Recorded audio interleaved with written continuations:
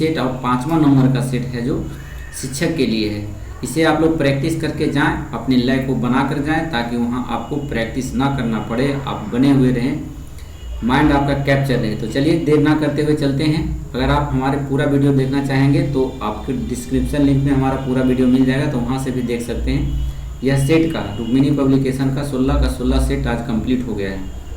चलिए देखिए next question चलते हैं हम लोग। Select the option which means the same as the group of words given. यहाँ कुछ वर्ड दिया गया है, उसको ग्रुप में समेट कर इसका आंसर दे। मतलब एक तरह से समझ लीजिए कि यह वन वर्ड सब्स्टिट्यूट है, अनेक शब्द दिया हुआ है, आपको एक शब्द में आंसर देना होता है। चलिए चलते हैं। To have a strong feeling of sympathy which a desire to help.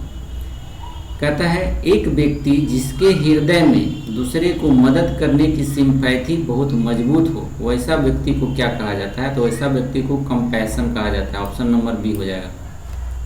अगला क्वेश्चन कहते हैं there are total dash planet in the solar system. Solar system में कुल कितने ग्रह होते हैं? तो ग्रहों की संख्या 8 है। ऑप्शन नंबर ए हो जाएगा।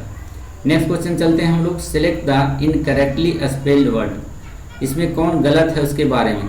देखिए डेंटिस्ट गलत होता है, इसमें ई नहीं होगा, तो ऑप्शन नंबर बी हो जाएगा आंसर। नेक्स्ट क्वेश्चन चलते हैं। Choose one of the one, फिर से देख लीजिए।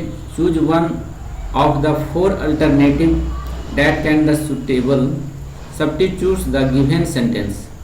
फिर वन वर्ड सब्स्टिट्यूट्स का दिया हुआ है। ए बुक और पेपर रिटेन इन हैंड। एक बुक जो हाथ के द्वारा लिखा जाता है उसे क्या कहते हैं? तो मैन्युस्क्रिप्ट कहा जाता है उसको, मैन्युस्क्रिप्ट। चलिए ऑप्शन नंबर सी हो जाएगा। नेक्स्ट क्वेश्चन में चलिए। Choose the synonym of the given words. Apprehend, apprehend का सिनोनिम पूछ रहा है क्या होगा? तो एप्रीहेंड का मतलब होता है स्पष्ट, और इसका ओबियस का मतलब भी होता है स्पष्ट। ऑप्शन नंबर बी हो जाएगा। नेक्स्ट क्वेश्चन चलते हैं। विच among the following is not a fruit. इनमें से निम्न में से कौन सा एक फल नहीं है? तो फल देखिए कौन है? ब्रोकली फल नहीं है, जबकि ग्रेप्स, बनाना ये सब फल है। अगला क्वेश्चन चलते हैं। If Monday is the first day of a week which is the third day. कहता है अगर सप्ताह का पहला दिन सोमवार है तो तीसरा दिन कौन सा होगा? तो सोमवार से जुड़ लीजिए, मंगल, बुध, बृहस्पति, यानी मंडे, ट्यूसडे, वेडनेसडे। तीसरा दिन जो है वेडनेसडे आपका होगा। ऑप्शन नंबर बी हो जाएगा। नेक्स्ट क्वेश्चन चलते हैं हम लोग। अगला क्वेश्चन में 8वां नंबर क्वेश्चन में हम लोग चलते हैं। बने रहे हमारे साथ वीडियो में। अगला नंबर क्वेश्चन देखिए आ गया। चलिए 8 नंबर क्वेश्चन में कह रहा है कि select the word similar in the meaning to the word given deadline. ये जो डेडलाइन है इसका सिमिलरी वर्ड कह रहा है सुनने के लिए, मतलब एक प्रकार से सिनोनिम कह रहा है करने के लिए। तो पहले नंबर इसको देख लीजिए कि क्या होता है। डेडलाइन का हिंदी क्या होता है? तो डेडलाइन का हिंदी होता है सीमा रेखा। तो सीमा रेखा लिमिटेड में होता है, तो इसका आंसर क्या हो जाता है? सीमा रेखा लिमिटेड। ये भी एक ही अर्थ होता है दोनों का, तो सिमिलर वर्ड हो गया। अगला क्वेश्चन है हिंदी से। चंद्रमुखी शब्द में कौन सा समास है? चंद्रमुखी में जो है कर्मधारय समास है। नेक्स्ट क्वेश्चन है। मेरे हाथ में कलम है, इस वाक्य में कौन सा कारक होता है? तो इसमें जो है अधिकरण है। कारक याद है तो हम बताए थे, कारक याद कर लीजिए, आपका एक क्वेश्चन 2 क्वेश्चन पक्का हो जाएगा। 11 नंबर क्वेश्चन में चलते हैं। 11 नंबर क्वेश्चन कह रहा है ओष्ठ महाप्राण घोष व्यंजन वर्ण का उदाहरण कौन सा है? तो 11 का बी हो जाएगा, भ हलंत। नेक्स्ट क्वेश्चन चलते हैं। अक्ल के घोड़े दौड़ाना, मुहावरे का अर्थ क्या होता है? तो केवल कल्पनाएं करते रहना, ये अक्ल के घोड़े दौड़ाना। नेक्स्ट है अमात्य त्याग शब्द में कौन सा उपसर्ग है? तो ऑप्शन नंबर बी आत्म।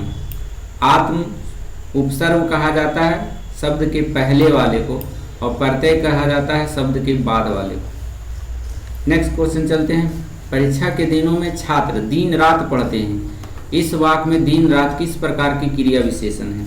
तो ये जो होता है आपका कालवाचक क्रिया विशेषण होता है। ऑप्शन नंबर बी 14 का बी हो जाएगा। 15 नंबर में चलते हैं। त्रिपुरारी का सही संधि विच्छेद कौन सा है? त्रिपुरारी का है त्रिपुर जोड़ अरी, तब होता है त्रिपुरारी। ऑप्शन नंबर ए। व्युत्पत्ति के विचार से शब्दों के कितने भेद होते हैं? व्युत्पत्ति के उपचार से शब्द के जो भेद होते हैं वह 3 भेद होते हैं। ऑप्शन नंबर ए हो जाएगा। कौन होता है? तो व्युत्पत्ति को दूसरा शब्द में उत्पत्ति भी कहते हैं। तो रूढ़ शब्द, यौगिक शब्द और योग रूढ़ शब्द, ये 3 शब्द होते हैं। अगला क्वेश्चन 17 नंबर में हम लोग चलते हैं। आई तो रोजी नहीं तो रोजा, आई तो रोजी नहीं तो रोजा, इस लोकोक्ति का अर्थ क्या होता है? ऑप्शन नंबर सी, कमाया तो खाया नहीं तो भूखे, यही इसका लोकोक्ति होता है। नेक्स्ट क्वेश्चन चलते हैं। अगला क्वेश्चन आपका दिया हुआ 18वां नंबर में हम लोग चलते हैं। 18 नंबर देख लीजिए। 18 नंबर आपका कह रहा है, बने रहे हमारे साथ वीडियो में, थोड़ा बने रहें। 18 नंबर क्वेश्चन में बने रहे हमारे साथ।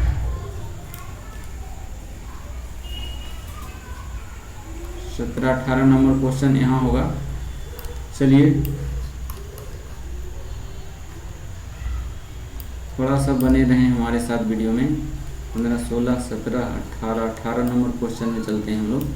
चलिए देखिए, यहाँ से आपका 18 आ गया। स्वउद्देश्य का सही संधि विच्छेद कौन सा होता है? स्वउद्देश्य का सही संधि विच्छेद आपका सात जोड़ उद्देश्य होता है, स्वउद्देश्य। ऑप्शन नंबर बी हो जाएगा। नेक्स्ट क्वेश्चन चलते हैं। नीलिमा शब्द में कौन सा प्रत्यय है? अभी बताएं प्रत्यय किसको कहते हैं? उपसर्ग कहते हैं। आगे वाला को प्रत्यय कहते हैं, पीछे वाले शब्द को। तो ऑप्शन नंबर बी हो जाएगा, ईमा। इसको खंड कर दिया, नीलिमा, ईमा, तो ईमा हो जाएगा। नेक्स्ट है परोपकार शब्द में कौन सा उपसर्ग है? परोपकार, तो परोपकार में उपसर्ग होगा ओपकार। उपसर्ग पूछ रहा है तो ओपकार। अगला क्वेश्चन है, इनमें से किस शब्द की वर्तनी शुद्ध है? ऑप्शन नंबर ए, ज्योत्सना शुद्ध लिखा हुआ है। पीपर, पात, सरिस, मंडोला, इनमें से कौन सा अलंकार है? ये जो है उपमा अलंकार है। चलिए नेक्स्ट। इनमें से आगे नाथ न पीछे पघा लोकोक्ति का अर्थ है, तो इसमें हो जाएगा सी, किसी तरह की जिम्मेदारी ना होना, उसी को कहता है आगे नाथ न पीछे पघा। हिंदी का मुहावरा है। परीक्षा केंद्र में इनमें से कौन सा समास है? परीक्षा केंद्र, परीक्षा केंद्र, इसमें डैश दिया हुआ है, आप लोग पहचानिए कौन सा जो है समास है। तो ये आपका समास हो जाएगा संप्रदान तत्पुरुष। ऑप्शन नंबर सी हो जाएगा। नेक्स्ट क्वेश्चन है, अंबर डैश अंबार युग्म का सही अर्थ है? सही अर्थ कह रहा है ऑप्शन नंबर सी, आकाश एक फल विशेष। अंबर मतलब आकाश भी होता है, अंबर एक फल विशेष भी होता है। नेक्स्ट क्वेश्चन गधान से है, आप लोग शॉर्ट स्क्रीन ले लें और घर पे प्रैक्टिस करें। चलिए नेक्स्ट क्वेश्चन चलते हैं हम लोग।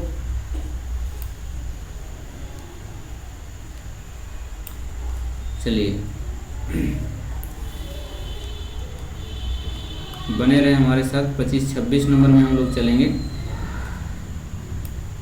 26 नंबर देखें, यहाँ से क्वेश्चन आपका 26 नंबर। चलिए देखिए 26 नंबर में कह रहा है, कबीर के सामने कोई नहीं टिक पाता क्योंकि कबीर क्या थे?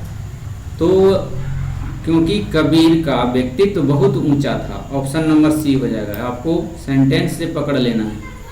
कबीर ने विरोध किया, किसका विरोध किया? आचरणहीन ढोंगियों का विरोध किया। नेक्स्ट क्वेश्चन है 28 नंबर में हम लोग चलते हैं। संत कबीर ने प्रस्त किया, किसको प्रस्त किया? तो ज्ञान मार्ग को प्रस्त किया। नेक्स्ट क्वेश्चन है, पेड़ का कमरा किसकी रचना है? यह एक बुक है, यह विनोद कुमार शुक्ल जी का लिखा हुआ है, पेड़ का कमरा। नेक्स्ट क्वेश्चन 30 नंबर, रिक्त स्थानों को भरने के लिए उपयुक्त शब्द का चयन कीजिए। डैश चैन से रहना चाहता हूँ, तो इसमें देखिए आप खुद से भर सकते हैं ऐसे शब्द को। मैं चैन से रहना चाहता हूँ, ऑप्शन नंबर ए हो जाएगा। समान अध्ययन में चलते हैं हम लोग। कैलाश पर्वत श्रेणी निम्न में से कहाँ उपस्थित है? तो कैलाश पर्वत श्रेणी में से कहीं नहीं होगा, क्योंकि कैलाश पर्वत जो है यह ट्रांस हिमालय में है। अब ट्रांस हिमालय इसमें दिया हुआ नहीं है, इसलिए ऑप्शन आपका ई हो गया। 32 नंबर में चलते हैं। सिपकिला दर्रा किस राज्य में है? तो सिपकिला दर्रा हिमाचल प्रदेश में है। अगला क्वेश्चन है 33 नंबर में, जस्ता के उत्पादन एवं भंडार में सबसे प्रमुख राज्य कौन सा है? जस्ता का भंडार सबसे अधिक राजस्थान में है। जैतपुर नाभिकीय ऊर्जा केंद्र किस राज्य में है? तो यह जो है महाराष्ट्र में है, जैतपुर। नेक्स्ट क्वेश्चन चलते हैं हम लोग 35 नंबर में। मारमा गोवा बंदरगाह कहाँ है? तो इसी नाम है गोवा, तो समझ जाइएगा गोवा में है। यहाँ देखिए गोवा लिखा हुआ है तो समझ जाइए ये भी कहाँ है, गोवा में है। चलिए नेक्स्ट क्वेश्चन है, राष्ट्रीय जलमार्ग अधिनियम किस वर्ष आया था? तो ये आया था 2016 में। नेक्स्ट क्वेश्चन हम लोग चलते हैं 37 नंबर क्वेश्चन में, नीचे दिए गए बांध एवं नदियों को सुशोभित करें। तो 37 का ऑप्शन आपका देख लीजिए, ए हो जाएगा। 1 का 3 सरदार सरोवर बांध जो है नर्मदा नदी पर है, तिलैया बांध बराकर नदी पर है। 4 नंबर हो जाएगा गांधी सागर बांध चंबल नदी पे है, नागार्जुन सागर बांध एक कृष्णा नदी पर है। नेक्स्ट क्वेश्चन 38 नंबर में, छोटा नागपुर पठार का विस्तार किन राज्यों में है? तो यह जो है ऑप्शन नंबर ए, झारखंड, बिहार, छत्तीसगढ़, उड़ीसा और पश्चिम बंगाल तक छोटा नागपुर फैला हुआ है। चलिए नेक्स्ट क्वेश्चन चलते हैं 38 के बाद 39 में, झारखंड के निम्नलिखित में से कौन जिला समूह बिहार के साथ सीमा बनाता है? तो बिहार के साथ सीमा जो बनाता है झारखंड, कोडरमा, पलामू, चतरा, गिरिडीह, देवघर ये सभी बनाता है। तो ऑप्शन नंबर आपका डी हो जाएगा। नेक्स्ट क्वेश्चन चलते हैं, समुद्र मार्ग से अंग्रेजों का सर्वप्रथम आगमन भारत के किस बंदरगाह पर हुआ था?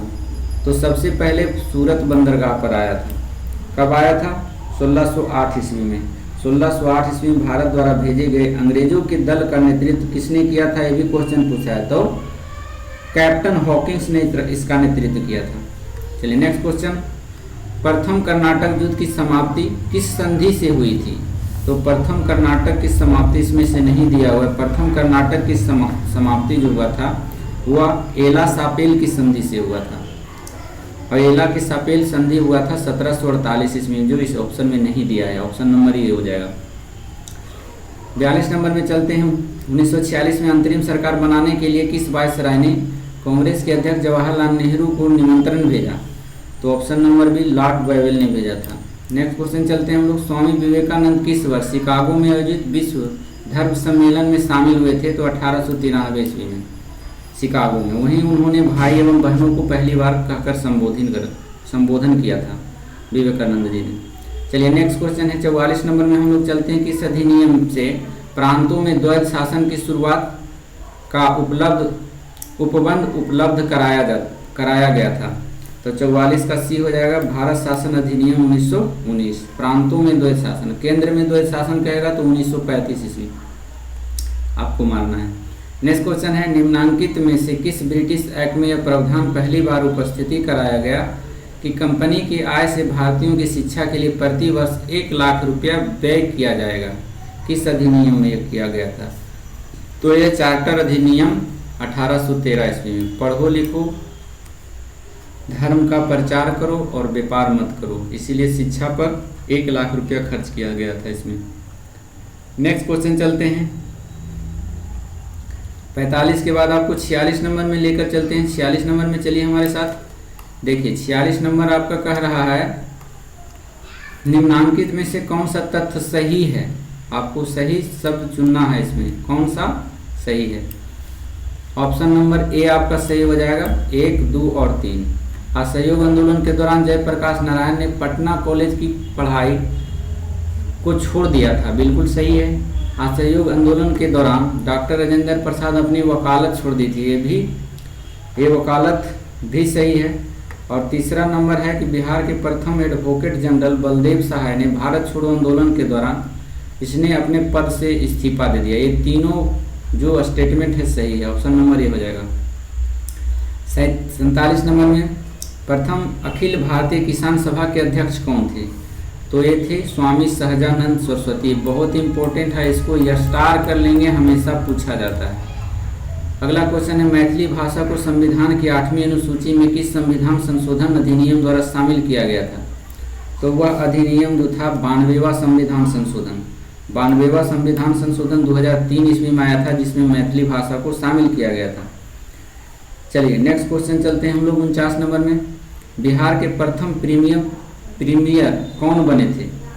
तो ऑप्शन नंबर इनमें से कोई नहीं है। इसका प्रथम प्रीमियर जो बने थे मोहम्मद यूनुस बने थे।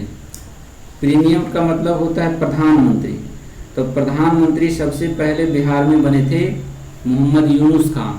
मोहम्मद यूनुस खान नहीं दिया, ऑप्शन नंबर ई हो जाएगा। और कहिएगा बिहार का प्रधानमंत्री होता है क्या? बिल्कुल होता है। उस समय नहीं था सीएम का पद, जब अंतरिम सरकार बनी थी तो राज्य के से ही चल रहा था, इसीलिए बिहार के प्रथम सीएम भी कहा जाता है और प्रथम पीएम भी कहा जाता था। अगला क्वेश्चन है, नेक्स्ट क्वेश्चन चलते हैं हम लोग 50 नंबर में। बिहार बजट 2023-24 में राजकोषीय घाटा जीएसडीपी का कितना प्रतिशत दर्शाया गया है? तो 50 नंबर का ये हो जाएगा 2.98%, ऑप्शन नंबर ए। अगला, मलिका और रानी के पास कुल इतनी, अच्छा ये मैथ का क्वेश्चन है, मैथ का क्वेश्चन आप खुद बनाएंगे। इसका देखिए आंसर आ जाएगा आपका सी हो जाएगा। चलिए एचसीएफ निकालने के लिए कह रहा है इसमें एचसीएफ, इसका आंसर सी हो जाएगा। अगला क्वेश्चन है कुट भाषा दिया गया है, आपका रीजनिंग का क्वेश्चन है, तो इसका ऑप्शन आपका ए हो जाएगा। 54 का देख लीजिए, इसका भी ए आंसर है। अगला क्वेश्चन चलते हैं हम लोग 54 के बाद 55 नंबर में हम लोग चलते हैं। 55 भी मैथ का ही क्वेश्चन होगा, क्योंकि मैथ 10 से 12 क्वेश्चन आपको पूछ लिया जाएगा। चलिए नेक्स्ट क्वेश्चन देख लीजिए 55 नंबर में। 55 नंबर का आपका ए हो जाएगा आंसर, 27 वर्ष।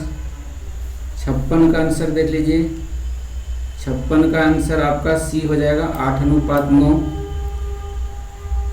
57 नंबर का इनमें से कोई नहीं होगा, क्योंकि इसको कीजिएगा आप तो 126 आएगा इसका आंसर। 126 कैसे बनाइएगा इसको? यहाँ से देखिए 3 का स्क्वायर कीजिएगा तो 3 तिया कितना हुआ 9, और 9 में 4 घटा देंगे तो कितना घट जाएगा 5 हो जाएगा। और 5 को 18 से गुना कीजिए तो आ जाएगा आपका, इस प्रकार से कीजिएगा तो 126 आ जाएगा। फिर से सुन लीजिए, 3 तिया 9 हो जाएगा, 9 में से 4 घटाइएगा तो 5 बच गया। 5 को 18 में गुना कीजिएगा यानी 4 दूनी 8। इसको बना कर देखिएगा तो आ जाएगा, इसी टाइप से बनता है। तो इसका आंसर 126 आएगा। हम थोड़ा भूल रहे हैं, इसको बनाए थे। चलिए देख लीजिए नेक्स्ट क्वेश्चन चलते हैं 58 नंबर क्वेश्चन में। 58 नंबर का देख लीजिए, इसका ए आंसर आया है। 59 नंबर में चलते हैं, इसका आपका इनमें से सर्वाधिक महत्वपूर्ण सिंचाई साधन है। देखिए सिंचाई साधन सबसे अधिक जो होता है नहर और नलकूप से होता है।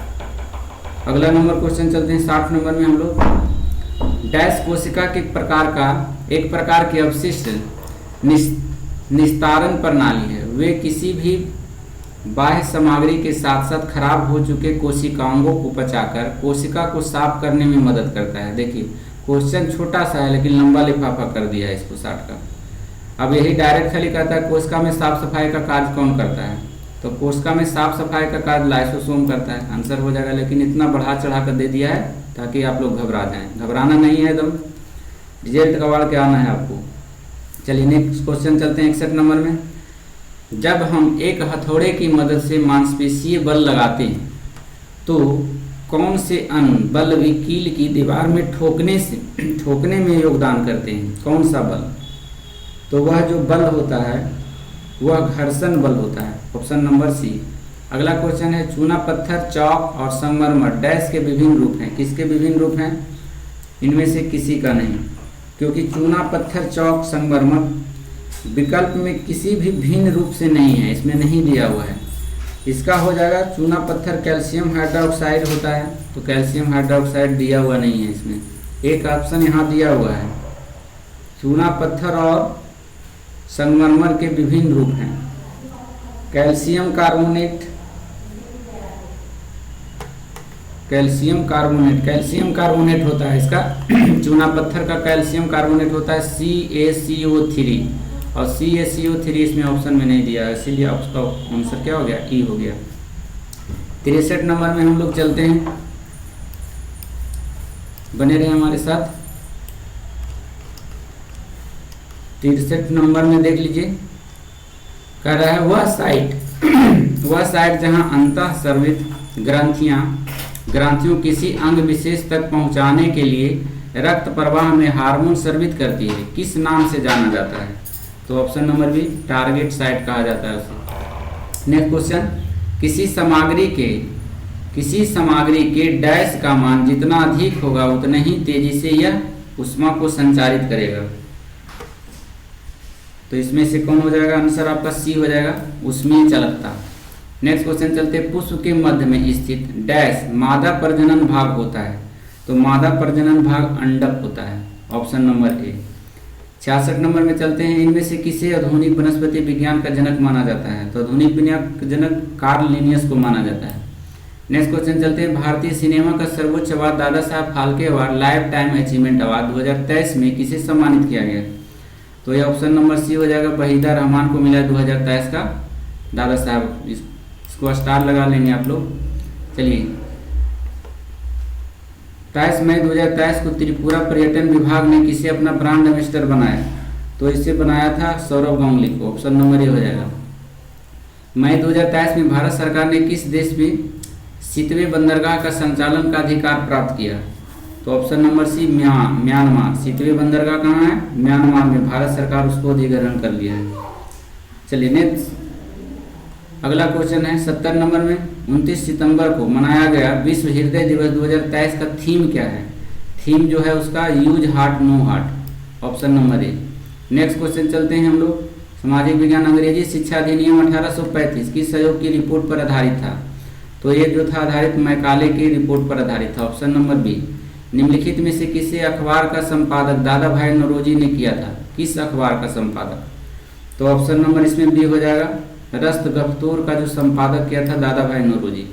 सोम प्रकाश का किसने किया था, और सोम प्रकाश का ईश्वर चंद्र ने किया था, ईश्वर चंद्र विद्यासागर। अगला क्वेश्चन चलते हैं हम लोग, नेक्स्ट क्वेश्चन 73 नंबर में हम लोग चलते हैं। 73 नंबर कह रहा है, बने रहे हमारे साथ। 1932 ईस्वी में अखिल भारतीय हरिजन संघ की स्थापना किसने की थी। तो गांधी जी किए थे।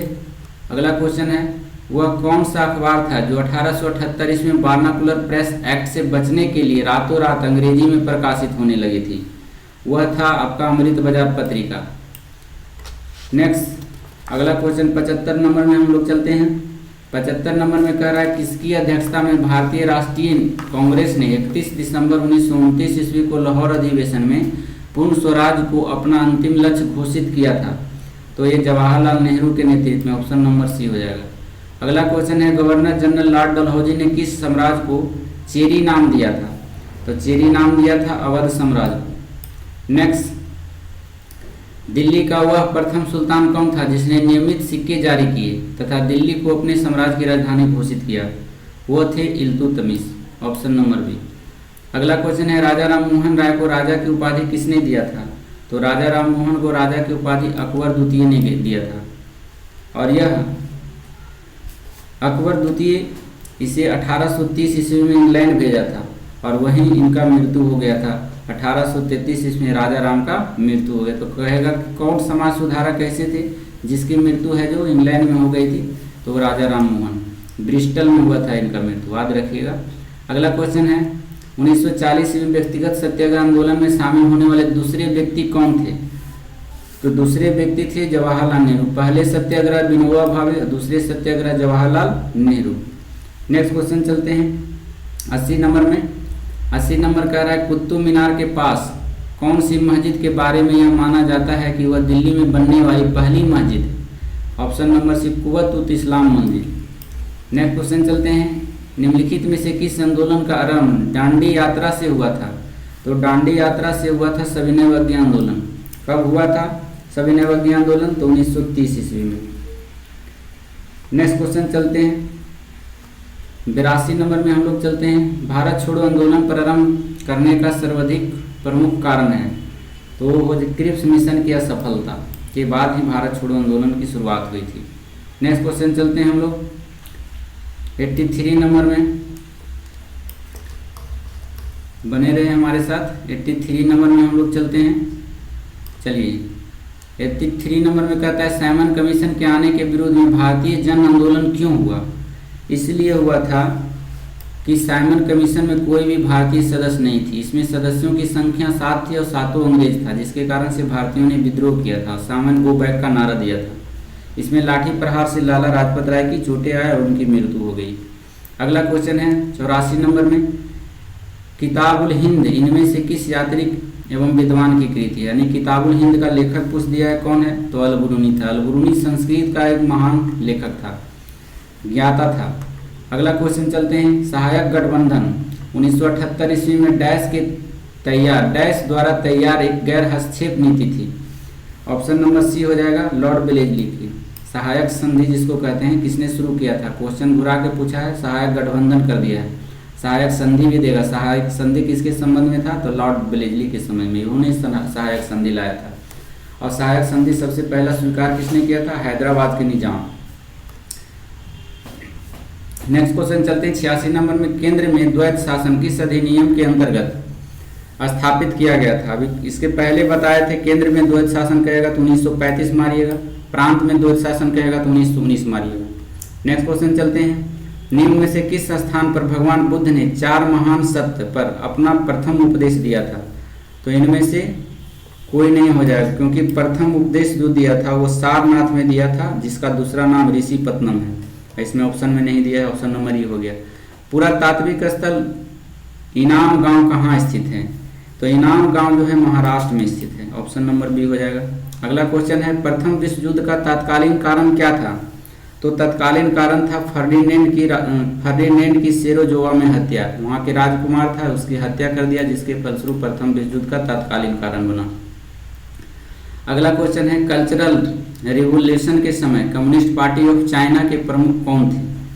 तो ऑप्शन नंबर सी हो, Mao Zedong. Option number C हो जाएगा। नेक्स्ट क्वेश्चन 91 नंबर में हम लोग चलते हैं। 91 नंबर कह रहा है आपका कि निम्नलिखित द्वीपों में से कौन सा प्रशांत महासागर में भूमध्य रेखा के निकट स्थित है? तो भूमध्य रेखा के निकट स्थित है गैलापागोस। ऑप्शन नंबर सी।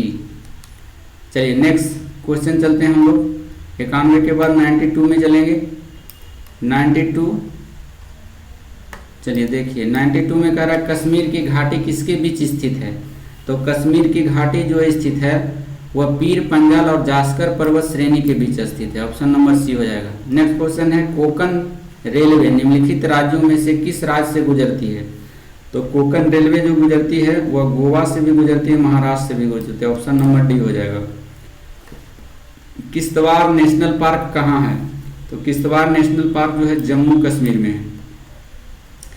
गोल्डन त्रिभुज एक विशिष्ट क्षेत्र है जो मादक द्रव्यों की तस्करी के लिए विश्व विख्यात है। यह किस देश में स्थित है? तो यह जो स्थित है गोल्डन म्यांमार में भी है और थाईलैंड में भी है। ये दोनों ऑप्शन हो जाए। ऑप्शन नंबर डी हो जाएगा आपका। नेक्स्ट क्वेश्चन है, प्रोटोकॉल क्योटो प्रोटोकॉल कब आयोजित किया गया था? तो क्योटो प्रोटोकॉल 1997 ईस्वी में आयोजित किया गया था। और यह कहाँ हुआ था? तो जापान में हुआ था।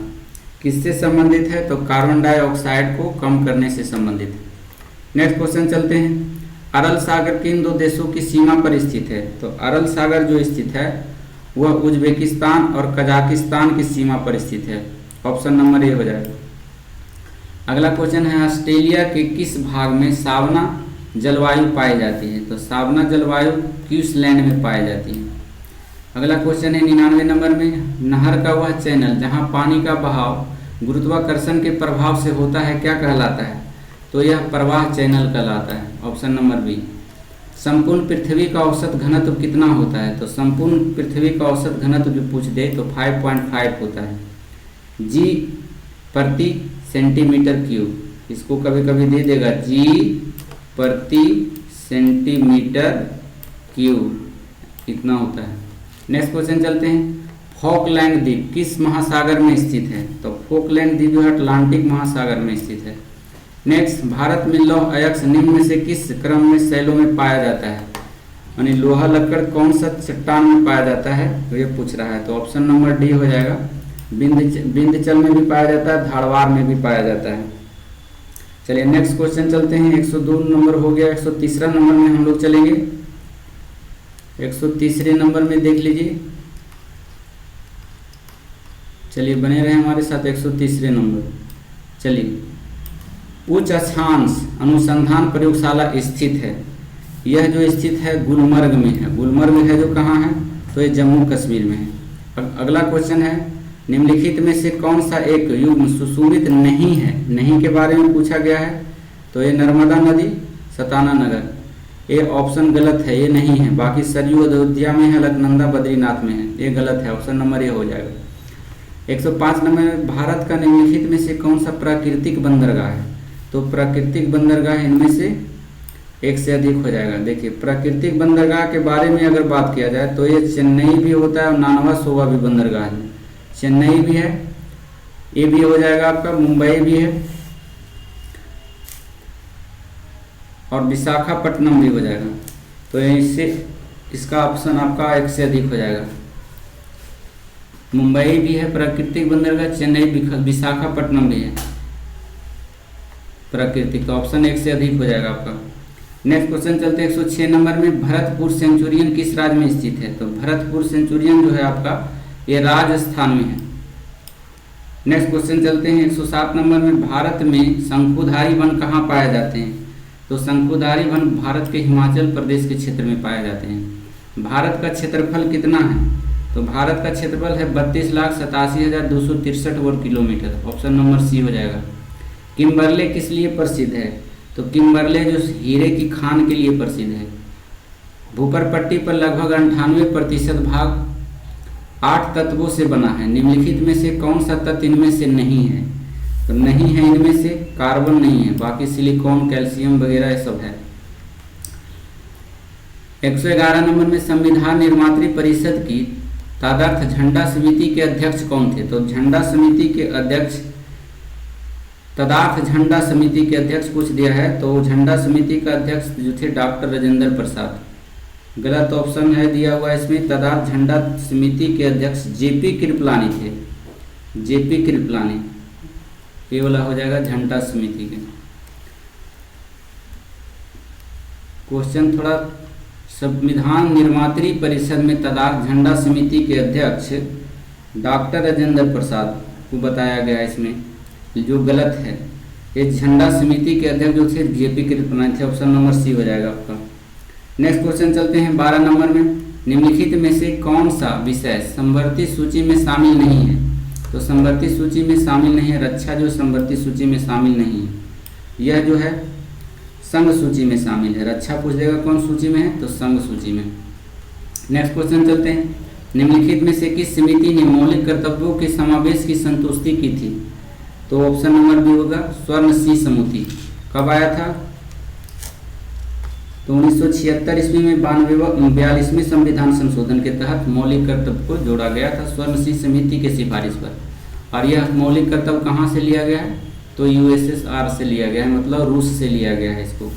114 नंबर में हम लोग चलते हैं। 114 नंबर क्वेश्चन देख लीजिए। चलिए, 114 नंबर में कह रहा है, भारतीय संविधान में राज्य केंद्र की शक्तियों एवं कार्य किस प्रकार विभाजित किए गए हैं। तो यह है तीनों सूचियों में विभाजित किए गए। Option number B. भारत के संविधान का कौन सा अनुच्छेद राज्यपाल की क्षमादान शक्ति से संबंधित है।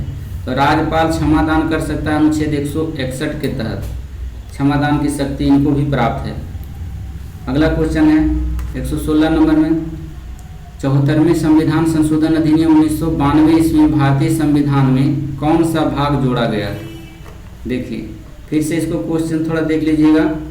क्षमादान का क्वेश्चन फिर से कहाँ गया। देखिए, संविधान के भारत के संविधान के कौन से अनुच्छेद राज्यपाल की क्षमादान से शक्ति से संबंधित है। देखिए, क्षमादान की शक्ति राष्ट्रपति को प्राप्त होता है, राज्यपाल को नहीं। लेकिन राज्यपाल को भी कुछ शक्ति दिया गया है क्षमादान करने के लिए। जैसे कुछ सजा अगर है तो उन्हें कुछ कम किया जा सकता है राज्यपाल के द्वारा, लेकिन मृत्यु की सजा सिर्फ है जो क्षमा कर सकती है राष्ट्रपति। तो ये ध्यान में रखिएगा। और राष्ट्रपति किस अनुच्छेद के तहत करते हैं ये भी पूछता है, तो अनुच्छेद 61 के तहत करते हैं क्षमादान। तो इसको याद रखना होगा आपको। अनुच्छेद 161 कहे तो राज्यपाल की क्षमादान से संबंधित है, और 61 कहे तो वह राष्ट्रपति से संबंधित है। लेकिन मृत्यु को छोड़कर, मृत्यु को माफ नहीं कर सकता राज्यपाल। अगला क्वेश्चन है 116 नंबर में, 74वें संविधान संशोधन अधिनियम 1992 ईस्वी में भारतीय संविधान में कौन सा भाग जोड़ा गया था? तो ऑप्शन नंबर ए 9 का ए जोड़ा गया था। अगला क्वेश्चन है, राष्ट्रीय महत्व के स्मारकों का संरक्षण का उल्लेख संविधान के किस भाग में है? तो ये ऑप्शन नंबर सी हो जाएगा, भाग 4 में है। अगला क्वेश्चन है, किस सदन में सदस्यों द्वारा बहुमत से अविश्वास प्रस्ताव पास होने पर मंत्रिपरिषद को त्यागपत्र देना पड़ेगा? तो ये लोकसभा में अविश्वास प्रस्ताव अगर पारित हो जाता है तो मंत्रिपरिषद को त्यागपत्र देना पड़ेगा, जिससे सरकार गिर जाएगी। अगला क्वेश्चन है, भारतीय संविधान के निम्न में से किस अनुच्छेद के अनुसार विधान परिषद में धन विधेयक पेश नहीं किया जाएगा? तो 198 के तहत। अगला क्वेश्चन है, आर्थिक नियोजन को किस सूची में रखा गया है? तो आर्थिक नियोजन को संवर्ती सूची में रखा गया है। भारतीय संविधान में कितनी अनुसूची है? तो भारतीय संविधान में 12 अनुसूची है। अगला क्वेश्चन है 122 नंबर में चलते हैं, संविधान के किस अनुच्छेद में बजट शब्द का उल्लेख है? तो भारतीय संविधान में अनुच्छेद 112 में वार्षिक वित्तीय विवरण का उल्लेख मिलता है। बजट अनुच्छेद 12 में दिया, 112 में जो बजट वित्तीय विवरण का उल्लेख दिया गया है, ऑप्शन नंबर ए हो जाएगा। नेक्स्ट क्वेश्चन चलते हैं, किसी संशोधन में मंत्रिपरिषद के आकार को सदन के कुल आकार को 15% तक सीमित कर दिया गया है? कौन से संविधान संशोधन के तहत किया गया है? तो ऑप्शन 91वां संविधान संशोधन के तहत किया गया था 2003 में। अगला क्वेश्चन है 124 नंबर में, भारतीय संविधान की कौन सी अनुसूची नगर पालिका से संबंधित है? तो ऑप्शन नंबर ए हो जाएगा, 12वीं अनुसूची जो है नगर पालिका से संबंधित है। 11वीं अनुसूची पंचायती राज से। अगला क्वेश्चन चलते हैं हम लोग 124 के बाद 125 नंबर में हम लोग चलते हैं, बने रहे हमारे साथ। 125 नंबर कह रहा है, सरकार ने कब से 14 वर्ष से कम उम्र के बच्चों को घरेलू नौकर रखने या काम पर लगाए जाने के दंडनीय अपराध घोषित किया गया है? तो ये अनुच्छेद 10 अक्टूबर को आया था 2006 को, कि कोई भी बच्चा को जिसकी उम्र 14 वर्ष से कम है आप काम पर नहीं रख सकते हैं, ऐसा नियम बनाया गया था 2006 में, दंडनीय अपराध घोषित किया गया था। अगला क्वेश्चन है, अंतर संसदीय संघ के राष्ट्रीय समूह और भारत में राष्ट्रमंडल संसदीय संघ के मुख्य शाखा के रूप में कार्य करने वाले 1949 से स्थापित भारतीय संसदीय समूह का पदेन अध्यक्ष कौन होता है? तो पदेन अध्यक्ष जो होता है वह लोकसभा के अध्यक्ष होता है। पंचायती राज विषय निम्नलिखित में से किस सूची में शामिल है? तो पंचायती राज जो है राज सूची में शामिल है। नेक्स्ट क्वेश्चन चलते हैं, सर्वोच्च न्यायालय को संविधान के किस अनुच्छेद समूह से न्यायिक पूर्णावलोकन की शक्ति प्राप्त होती है? तो न्यायिक अवलोकन की शक्ति अनुच्छेद 13, अनुच्छेद 251 और 254 से संबंधित है, न्यायिक पूर्णावलोकन। चलिए नेक्स्ट क्वेश्चन 129 नंबर में हम लोग चलते हैं। 129 देख लीजिए। चलिए, भारतीय संविधान के किस भाग में कल्याणकारी राज का वर्णन किया गया है? तो भाग 4 में कल्याणकारी राज का वर्णन किया गया है, जिसको राज्य के नीति निर्देशक तत्व भी कहा जाता है। चलिए नेक्स्ट क्वेश्चन चलते हैं, और राज्य के नीति निर्देशक तत्व कहाँ से लिया गया है? तो आयरलैंड के संविधान से लिया गया है। 130 नंबर में चलते हैं, किस निर्णय ने संविधान की मूल संरचना का सिद्धांत निर्धारित किया? तो option number C, Keshavananda Bharati मामला।